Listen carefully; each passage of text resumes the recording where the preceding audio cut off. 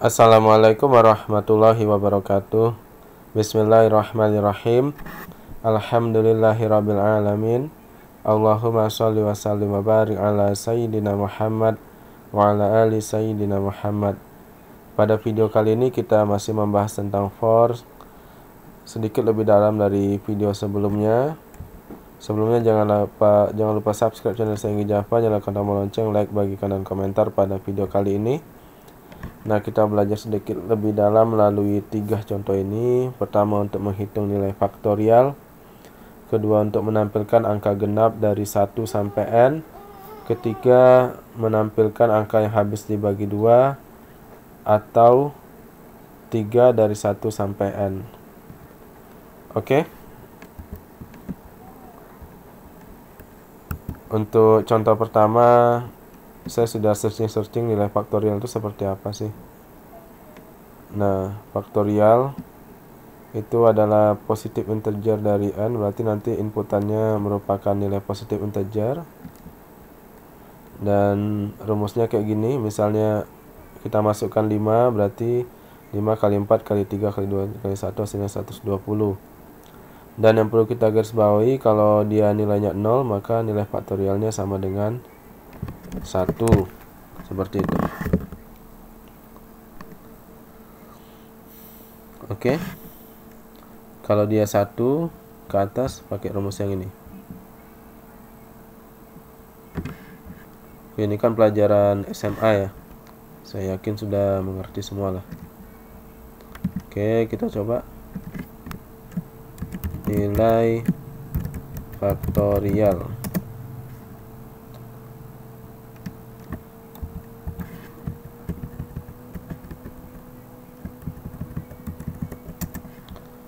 Oke. Apa nih?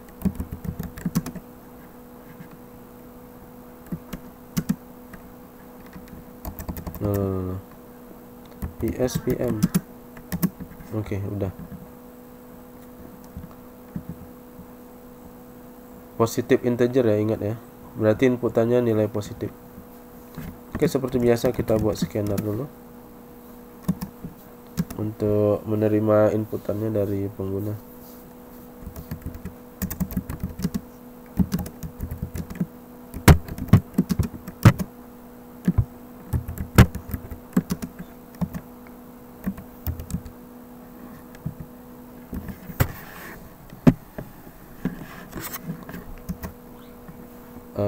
Dan nilai faktorialnya kita simpan dalam variabel bernama hasil ya, hasil tipenya double.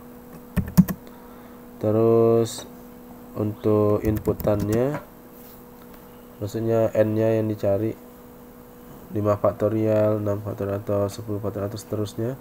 Jadi kita pakai variabel bernama n, tipenya integer. Oke, di sini kita baca terlebih dahulu n-nya. Masukkan n. Papa Inggi. Papa Inggi. N sama dengan baca next in. Habis sekarang. Ini. Oke. Oh iya, hasilnya harus kita inisialisasi dengan nilai 1, sebab ini merupakan perkalian ya, hasil perkalian. Ini sih kurang lebih dengan untuk mencari perkalian dari 1 sampai n yang ada di video sebelumnya. Kalian bisa lihat di video sebelumnya. Hanya saja ini loopingnya mundur. Kalau yang sebelumnya saya contohkan loopingnya naik 1 kali 2 kali 4 sampai kali 5 ya. Jadi karena perkalian berarti harus diinisialisasi dengan nilai 1 seperti itu. Nah, sebelum kita masuk ke for, kita harus cek dulu apakah bilangan yang dimasukkan itu besar dari 0 atau tidak. Jadi if n kecil dari 0, kita harus kasih informasi inputan salah misalnya. Tidak boleh, langsung aja inputan tidak boleh kecil dari 0.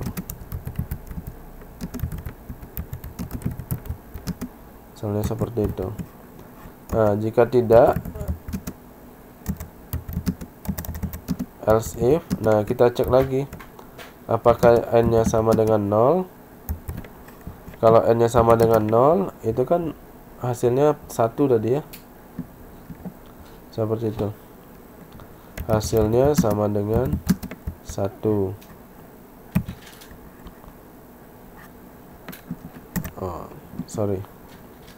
Sama dengannya 1 aja nih. Kalau 2 perbandingan, makanya jadi error. Else, baru kita masuk ke for-nya. For in i sama dengan 1, sama dengan n lah, kan dia mundur ya. Selagi i besar sama 1, i minus minus, ini sama dengan i kurang 1, tapi bisa disingkat menjadi i minus minus ya. Penyingkatan operasi aritmatika sudah kita pelajari pada video sebelumnya.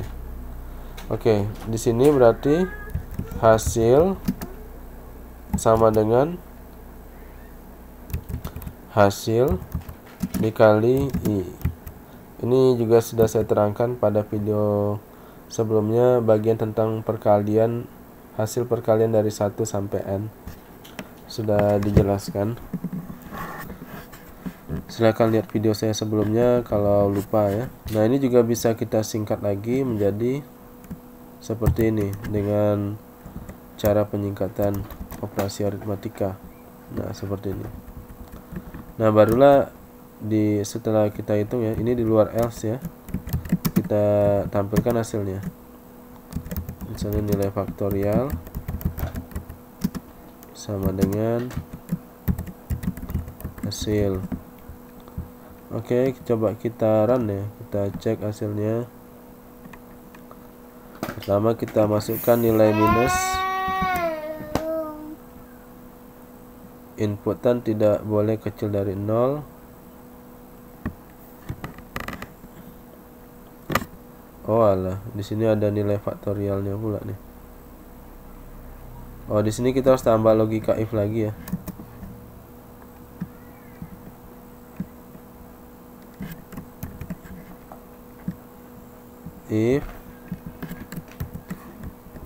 If inputannya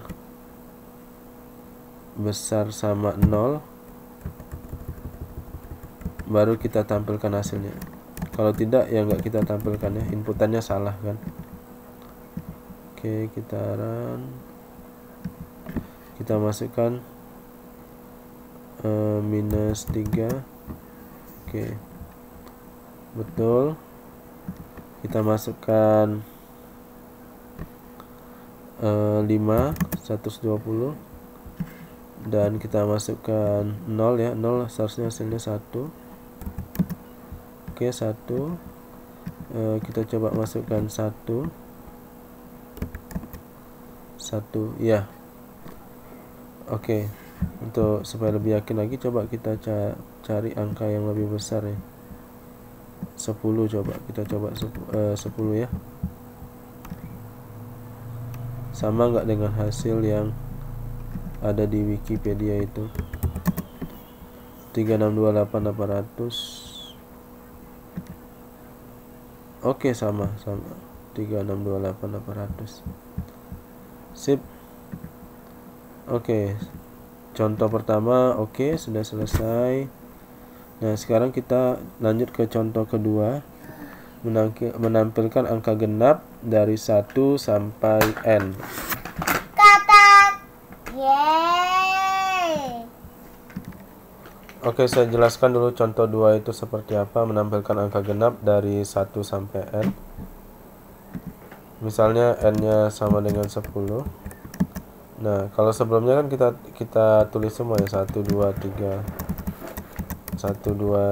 3 sampai 10. Nah, kalau pada soal ini yang diminta itu yang ditampilkan yang genap saja, berarti 2 4 6 8 10 karena n-nya 10 ya.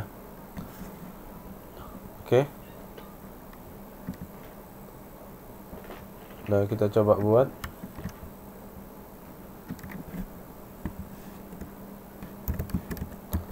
Namanya tampil genap.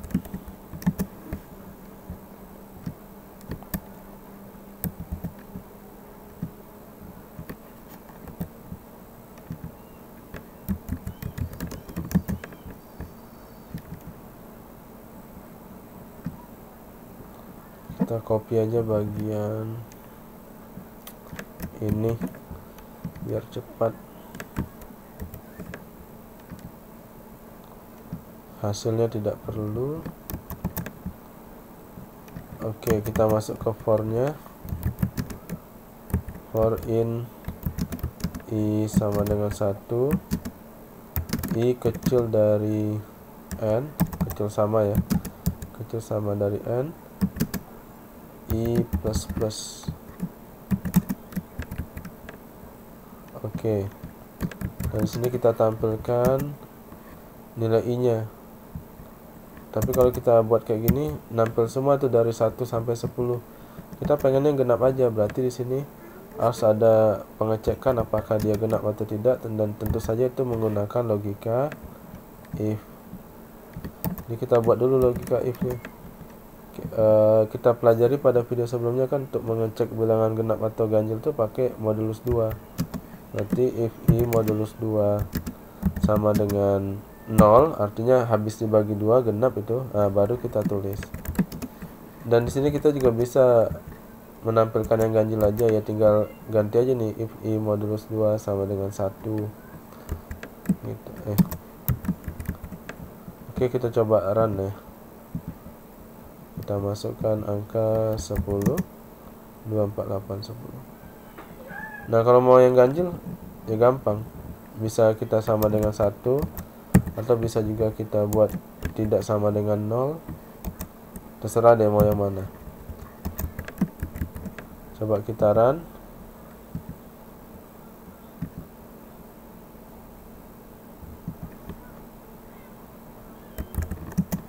Satu 3 5 7 9. Nah, seperti itu. Oke.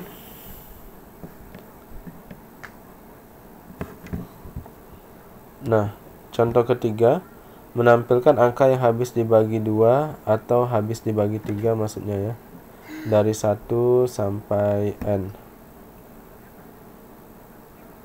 Oke, kita coba buat ya. Kita copy aja yang ini. Kita refactor copy.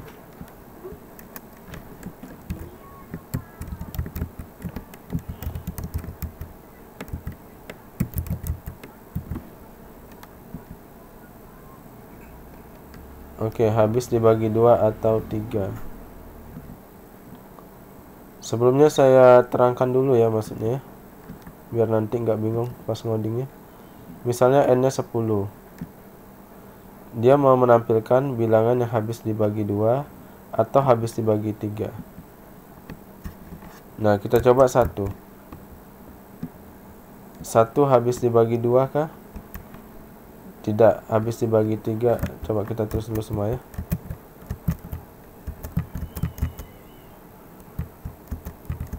Ingat, ini atau ya. 1 habis dibagi 2. Tidak. Habis dibagi 3. Tidak.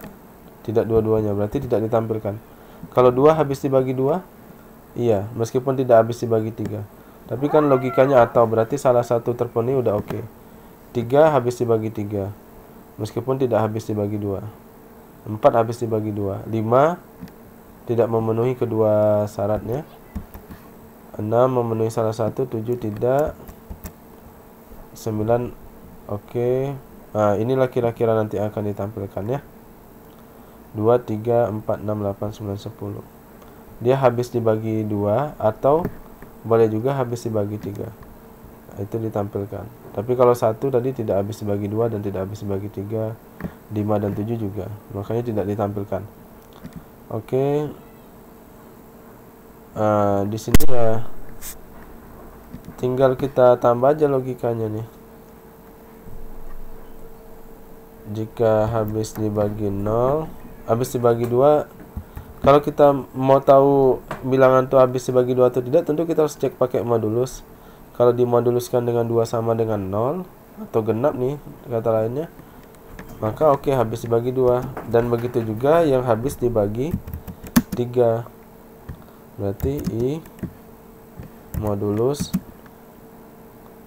3 dia harus sama dengan 0, dibagi 3 sama dengan 0, dimoduluskan 3 sama dengan 0, berarti dia habis dibagi 3, seperti itu logikanya. Atau ya 2, 3, 4, 6, 8, 9, 10. Oke. Nah, berbeda nanti kalau kita ganti logikanya dengan N, berarti dia harus memenuhi keduanya, habis dibagi 2 dan juga habis dibagi 3. Yang nampil lebih sedikit biasanya nih. Coba kita coba 10. 6 cuman yang memenuhi syarat habis dibagi 2 dan habis dibagi 3. Yang lainnya tuh ada yang tidak memenuhi keduanya, terus ada yang memenuhi salah satu. Karena logikanya N, dia kan harus dua-duanya true baru terpenuhi, baru ditampilkan. Nah, coba kita tadi yang tampil cuma 6 ya, coba pakai angka yang lebih besar sehingga yang tampil agak banyak. Nah, tuh kita coba 30. Muncul semua yang habis dibagi 2 dan habis dibagi 3, ya. Ya. Saya pikir untuk video kali ini cukup ya. Terima kasih telah menonton, semoga bermanfaat. Allahumma sholli ala sayyidina Muhammad wa ala ali sayyidina Muhammad. Alhamdulillahirabbil alamin. Assalamualaikum warahmatullahi wabarakatuh.